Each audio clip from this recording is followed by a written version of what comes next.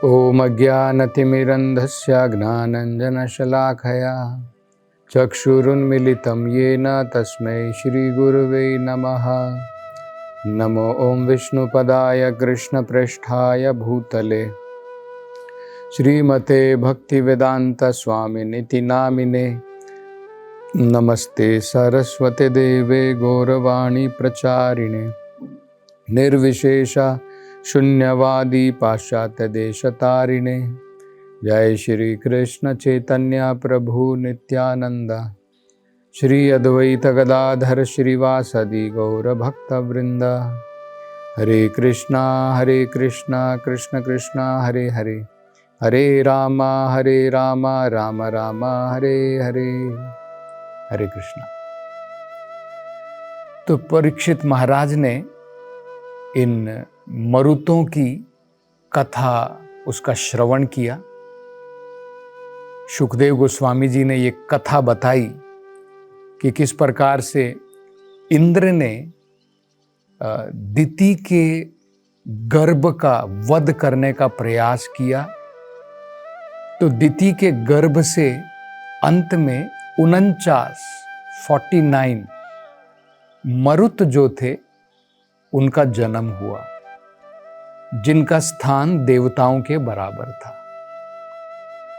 तो ये कथा सुनने के बाद अब परीक्षित महाराज ये विस्तार में समझना चाहते हैं कि जो दिति ने ये जो व्रत किया था, पुंसावनम व्रत, इस व्रत के बारे में वो विस्तार से समझना चाहते हैं। तो महाराज परीक्षित शुकदेव गोस्वामी जी से कहते हैं, हे ब्राह्मण, कृपा करके मुझे पुंसावनम व्रत के बारे में विस्तार से बताइए, क्योंकि आपने बताया कि इस व्रत को करने से भगवान विष्णु या भगवान नारायण वो प्रसन्न होते हैं, वो संतुष्ट होते हैं। तो कृपा करके इसके बारे में मुझे विस्तार से बताइए। तो शुकदेव गोस्वामी जी अब इस व्रत के बारे में बताते हैं। वो कहते हैं कि ये व्रत स्त्री के द्वारा किया जाता है और स्त्री को ये व्रत करने के लिए सबसे पहले अपने पति से आज्ञा प्राप्त करनी चाहिए, उनसे आज्ञा लेनी चाहिए। उसके बाद में ही इस व्रत का पालन करना चाहिए। तो कहते हैं कि ये व्रत कब प्रारंभ किया जाना चाहिए, क्योंकि साल में अब बहुत सारे महीने होते हैं। जनवरी है, फरवरी है, मार्च है। तो ये व्रत कब प्रारंभ होना चाहिए? तो उसके लिए वो कहते हैं, शुक्ले मार्गशीरे पक्षे। शुक्ले का मतलब होता है जब चंद्रमा शुक्ल होता है, मतलब बिल्कुल चमकीला होता है, पूर्ण रूप से पूर्णिमा, उस समय में मार्गशीरे पक्षे, मार्गशीर पक्ष में करना चाहिए। मतलब लगभग नवंबर दिसंबर ये समय होता है इस व्रत को प्रारंभ करने का। फिर वो कहते हैं, इस व्रत को करने से व्यक्ति को क्या प्राप्त होता है? क्योंकि यहां पर हमने देखा था दिति को कश्यप मुनि ने कहा था, ये पुंसावनम व्रत करो, तुम्हारी सारी इच्छा जो तुम चाहती हो वो पूरी हो जाएगी। तो शुकदेव गोस्वामी जी भी बताते हैं कि जो भी उस स्त्री की इच्छाएं हैं वो सारी इच्छा पूर्ण हो जाती है। सर्व कामिकम, जितनी भी इच्छाएं हैं वो इच्छाएं पूरी हो जाती हैं।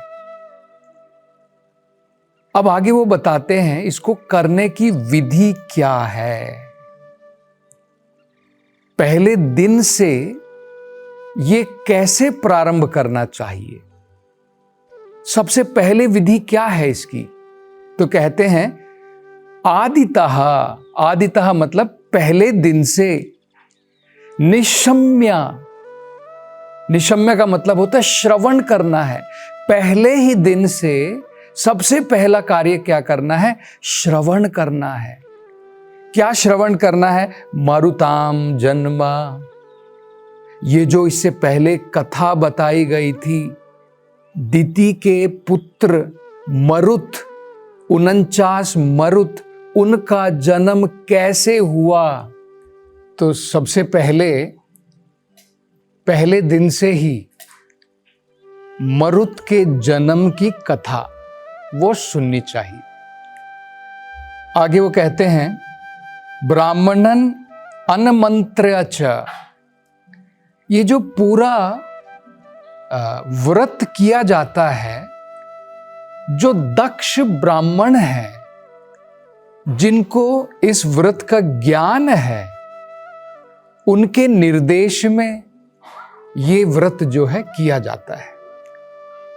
तो उनके बताए अनुसार इस व्रत को करना चाहिए। वो जैसे दिशा दिखाते हैं उस प्रकार से व्रत को किया जाता है।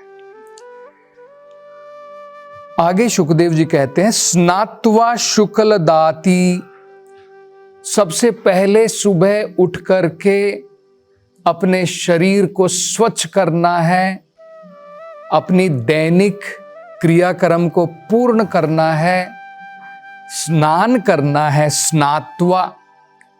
फिर शुक्ले वसति अलंकृता, स्नान करने के पश्चात सफेद वस्त्र धारण करने हैं और अनेकों प्रकार के आभूषण जो हैं उससे अलंकृत होना है। तो सफेद वस्त्र धारण करने हैं, अनेकों प्रकार के गहने आभूषण उनसे अलंकृत होना है। पूज्येत प्रातः अशात प्राक, इससे पहले कि व्यक्ति भोजन करे, प्रातः अशात प्राक मतलब होता है ब्रेकफास्ट के पहले, नाश्ता करने के पहले उसको क्या करना है, पूज्येत भगवंतम श्रियासः, भगवान जो षड ऐश्वर्य पूर्ण है उनको भगवान कहते हैं। किनके साथ में भगवान की पूजा करनी है, उपासना करनी है, श्रियासः, माता लक्ष्मी के साथ में भगवान विष्णु भगवान नारायण की उपासना करनी है, उनकी पूजा करनी है। तो जैसे शुकदेव गोस्वामी जी ने पहले भी ये बताया था, ये जो पुंसावनम व्रत है, ये स्त्री जो करती है व्रत 1 साल के लिए, मतलब मिनिमम कम से कम 1 साल के लिए, तो कहते हैं कि ये व्रत जो है इतना महत्वपूर्ण है कि भगवान लक्ष्मी नारायण इससे प्रसन्न होते हैं। ये भगवान विष्णु की आराधना है। अब भागवतम में यही सबसे मुख्य अंश बताया है, समसिद्धिर हरितोषणम, जो भी हम कार्य करते हैं, जो भी हम व्रत करते हैं, जिस भी प्रकार की तपस्या करते हैं, अनेकों नियमों का पालन करते हैं, वो सब किस लिए होने चाहिए, हरितोषणम, भगवान हरि भगवान विष्णु उनकी संतुष्टि के लिए। फिर आगे शुकदेव गोस्वामी जी बताते हैं स्त्री को क्या प्रार्थना करनी चाहिए। अब वो भगवान लक्ष्मी नारायण की पूजा कर रही है, उपासना कर रही है, तो उनको क्या प्रार्थना करनी चाहिए। तो बड़ी महत्वपूर्ण है। अलम ते निरपेक्षाया पूर्ण कामः नमस्तुते महाविभूति पतये नमः सकल सिद्धये। तो कह रहे हैं अलम ते निरपेक्षाया, हे भगवान मैं ये व्रत जो कर रहे हैं, जो स्त्री जो कर रही है वो कहते कि हे भगवान ये जो मैं व्रत कर रही हूं निरपेक्षाया, मैं किसी अपेक्षा के साथ में नहीं कर रही हूं। मुझे इस व्रत करने के बाद में ये करना है वो करना है, इसके कारण मुझे इसकी प्राप्ति होनी है, कोई अपेक्षा नहीं है। निरपेक्षाया। और क्या है? पूर्ण कामः नमस्तुते, हे भगवान आप तो पूर्ण काम है, सबकी पूर्ण इच्छाएं पूरी कर सकते हैं। आप सभी प्रकार के ऐश्वर्यों में पूर्ण है। पूर्ण काम का मतलब जिसको बाहर से किसी भी प्रकार की कामना करने की जरूरत नहीं पड़ती है। इसको आत्माराम भी कहते हैं। हम सब लोगों को अपनी इच्छा पूरी करने के लिए लोगों के ऊपर निर्भर होना पड़ता है, लेकिन भगवान किसी के ऊपर निर्भर नहीं है, वो पूर्ण काम है। पूर्ण काम मतलब अपनी इच्छा वो स्वयं पूरी कर लेते हैं, सेल्फ सफिशिएंट है, उनको किसी की सेवा की जरूरत नहीं है, उनको किसी की सहायता सहयोग की जरूरत नहीं है। वो पूर्ण रूप से सभी ऐश्वर्यों में पूर्ण है। अब देखिए, इसलिए तो ईशोपनिषद में ये बड़ी महत्वपूर्ण बात बताई गई है। क्या बताया है? ओम पूर्णमिदं पूर्णात् पूर्णम उदच्यते। भगवान के बारे में क्या बताया है? पूर्णम इदम पूर्णात् पूर्णम उदच्यते। ये संसार जो भगवान की रचना है ये अपने में पूर्ण है। ये जो भगवान की रचना, इसमें कोई कमी नहीं है, सब कुछ भगवान ने दिया है। ये सृष्टि अपने में पूर्ण है। जो इसको चाहिए भौतिक संसार में जीवन प्रदान करने के लिए सृष्टि में भगवान ने सब कुछ दिया है।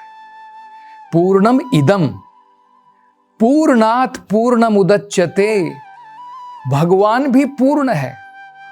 ये सृष्टि जो उनसे आई है वो भी पूर्ण है। और इसका मतलब ये नहीं कि सृष्टि भगवान से आई है अब भगवान में कुछ कमी हो गई है। अगर आपके पास में कुछ है और मैं आपसे कुछ ले लूं तो आपके पास में कमी हो जाती है, लेकिन भगवान तो पूर्ण है और उनसे ये पूर्ण सृष्टि भी निकली है, फिर भी भगवान पूर्ण है। मतलब आप उदाहरण देखिए, ये क्या बताया जाता है। इस संसार में एक में से एक निकालेंगे तो शून्य बचेगा, 1 - 1 0 होता है। आध्यात्मिक संसार में 1 - 1 फिर भी 1 है। एक में से एक गया तब भी एक है। ये पूर्ण का मतलब होता है। तो ये भगवान की परिभाषा है। तो सबसे पहले यही प्रार्थना है कि भक्त जो है भगवान से प्रार्थना कर रहा है कि भगवान आप तो परिपूर्ण हैं, लेकिन फिर भी आप सबकी कामनाएं पूरी कर सकते हैं, लेकिन निरपेक्षाया, मैं कोई अपेक्षा के साथ में आपके पास में नहीं आया हूं कि मेरी आप ये इच्छा पूरी कीजिए वो इच्छा पूरी कीजिए। तो ऐसे प्रारंभ है। ये जो है प्रार्थना इस व्रत में की जाती है। आगे देखिए वो क्या कहते हैं। महाविभूति पतये। भगवान आप स्वयं भी ऐश्वर्यों में पूर्ण हैं और ऊपर से वो कहते हैं आप किनके पति हैं? आप किनके पति हैं? भगवान को क्या कहते हैं? लक्ष्मीपति। और माता लक्ष्मी क्या है? महाविभूति। सभी प्रकार के ऐश्वर्य माता लक्ष्मी के पास में है, तभी तो लोग लक्ष्मी पूजा करते हैं। नारायण से भी ज्यादा लोग लक्ष्मी की पूजा क्यों करते हैं? कि भाई उनका लक्ष्मी का आशीर्वाद मिल जाए, अगर कुछ हमें थोड़ी लक्ष्मी मिल जाए, लोग सोचते हैं ना। तो ये बता रहे हैं कि भगवान आप तो स्वयं पूर्ण हैं और आप लक्ष्मीपति हैं, जो लक्ष्मी माता लक्ष्मी महाविभूति, जिनके पास में सारे ऐश्वर्य हैं, आप उनके पति हैं। फिर भी मैं कोई अपेक्षा लेकर के नहीं आया हूं। देखिए कितनी महत्वपूर्ण बात है। अगर हम किसी अमीर व्यक्ति के पास में जाते हैं, कुछ अपेक्षाओं के साथ में जाते हैं कि भाई मैं गरीब हूं, अमीर व्यक्ति के पास जा रहा हूं, कुछ मांगूंगा, कुछ मुझे प्राप्त करना है। लेकिन भक्ति का मतलब देखिए, भगवान पूर्ण है, सबकी इच्छा पूरी कर सकते हैं। भगवान लक्ष्मीपति है, माता लक्ष्मी सभी ऐश्वर्य में पूर्ण है, उनके पास में भी सभी ऐश्वर्य हैं। लेकिन फिर भी भक्त जो है भगवान के पास में निरपेक्ष आया, कोई अपेक्षा लेकर के नहीं जा रहा है। और देखिए अंत में क्या कहते हैं, नमः सकल सिद्धये। हे भगवान, आप सभी प्रकार की सिद्धियों में भी पूर्ण हैं। ये चैतन्य महाप्रभु ने भी सिखाया है ना, न धनम न जनम न सुंदरी। जब हम भगवान की भक्ति करते हैं तो हमें अनेकों प्रकार की अपेक्षाएं, इच्छाएं लेकर के नहीं जाना चाहिए। तो और आगे इस विषय में चर्चा अगली कथा में करेंगे। हरे कृष्णा।